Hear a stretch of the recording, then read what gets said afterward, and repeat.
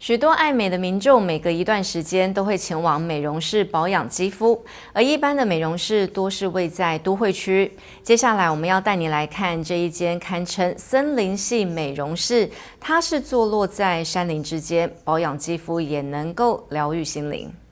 隐身在森林里的小小工作室，主打美容保养服务，从脸部护理到身体 SPA 一应俱全，让民众在自然环境中放松身心。我的美容工作室里面呢，就是可以帮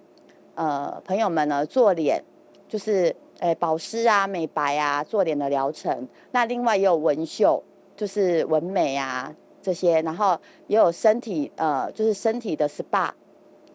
胸部啊或者是后背啊、腿部、手部的这些按摩都可以，都欢迎大家平日呢都可以来跟我预约这样子。许多女性在重要节日前都会特别注意脸部保养，尤其眼睛和眉毛是整体妆容的关键。只要平时好好整理，就能在各种场合展现好气色。如果是就是来我这边做美容保养的朋友，我都会帮他们稍微做一下，就是修眉啦，眉毛修整。你眉毛整齐干净呢，看起来就人就很有精神这样子。然后你在化妆上面就不用特别去针对眉毛来去一直重复的修改这样子。